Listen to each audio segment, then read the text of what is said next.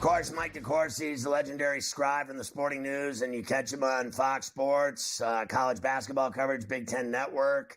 He's on the take for the Indiana Hoosiers, and we get him luxuriously on coast to coast here on SportsGrid every week. And he's excited about the regional starting tonight as well in Newark and in the city by the bay. And earlier in the week, you wrote about, on Monday, you wrote about ranking the teams, and I was looking at your rankings, and I, as usual, agree with you. I like you have Duke 1, Florida 2, Houston 3, and Michigan State 4. I give Michigan State a lot of credit for their physicality, their defense, their coach. This guy means business when it comes to, Sweet 16, Elite Eights. He's won a national championship. I guess some people would be surprised he hasn't won more. How good do you think this team is? They play tomorrow night against Ole Miss. How good is this team compared to some of the other ones that he's had over the years where he's come this close?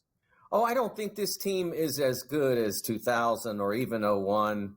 It's probably better than the 05 Final Four team that did such a nice job to get there, but really wasn't elite. But the thing that this team has is a tremendous amount of depth and a number of players who are willing to sacrifice their own game, minutes, shots, role, to make sure this team is successful. That's been the most amazing thing about it in an era when that doesn't happen very often and very easily. That transfer portal is always spinning.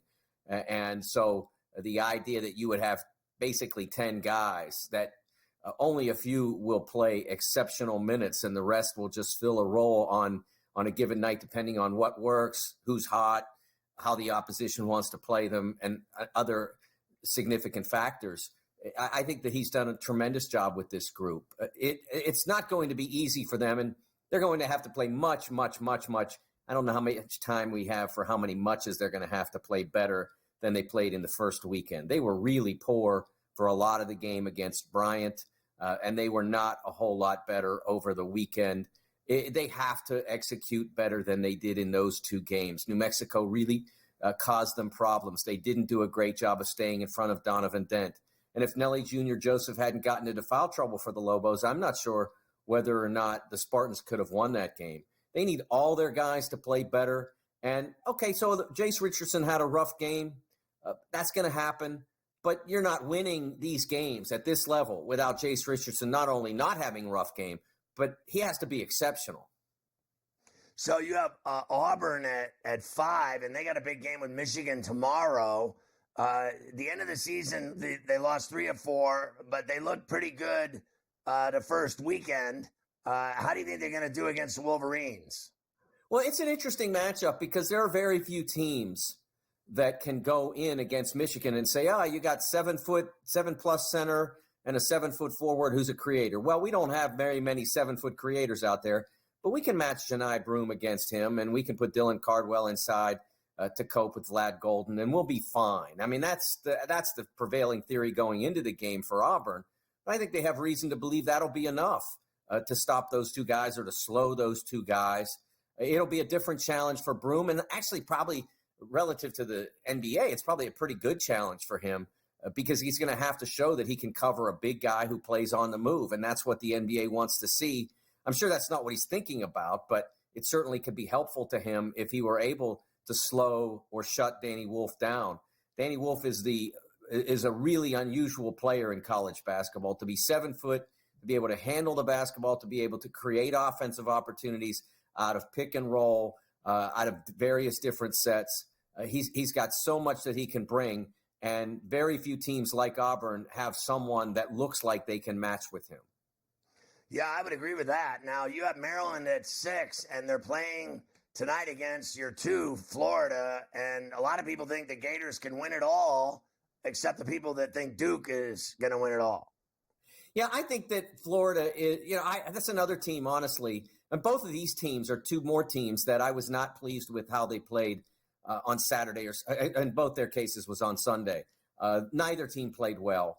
Maryland forgot they had a front court. I mean, I'm watching down the stretch, Scott, and I'm like, that is Ethan Morton guarding Derek Queen. Derek Queen is 6'11", 260. Ethan Morton is 6'3". Why is Maryland not passing him the basketball? They finally did on the final possession, and it won Maryland the game. But down the stretch, they did not throw the ball inside against a smaller team at all. And that was distressing. Look, if those guys on the perimeter, Jacoby Gillespie, Rice, Selton Miguel, are all lighting it up and you're busting threes all over the place, okay, I get it. But that wasn't happening. So Maryland has to play much better. But the reason they're 6 is Derek Queen. They have to obviously win this game, and it's not going to be easy, and I don't expect it to happen. But if they do, they are a threat to win it all. Not a great threat to win it all, but I still look at this field and wonder, beyond Duke, beyond Florida, beyond a couple of other teams, who really looks like a champion. And I don't mean like looks like a champion of the SEC or a champion of the Big East or Big Ten or whatever. I guess no Big East. But I'm talking about what champions in the past of the NCAA tournament have looked like. Very few teams in this tournament have those ingredients. So you have Bama at 8. They got a tough game with BYU tonight in Newark. Yeah, that's going to be a fun game, Scott. I think Gil was talking about that. Gabe was talking about that before you and I connected. He's 100% right. It's going to be a blast. Those two teams. It's the only time in my career, Scott, when I can remember saying, "Hey, what's the total on that game?" Because I'm just so curious about whether they think that they're going to go for 210 points or something. Because neither team is very good defensively, and both teams are extraordinary offensively, among the very best. If you ask me, okay, you pick based on who's got the best offense, I think those two might be two of the top 3 teams that we discuss. But it doesn't work that way. You have to be able to guard two. So each of these teams has the ability to get to the Final Four, but I don't think either of them can win it all. So you talk about Tennessee and Kentucky. Kentucky's beat them twice. And, I played a team the other night in my title game that we beat twice and had to beat them a third time, and we did. Do you think Kentucky can beat Tennessee a third time? Everyone said I couldn't win 3 against this team, but we did. Do you think Kentucky can do it?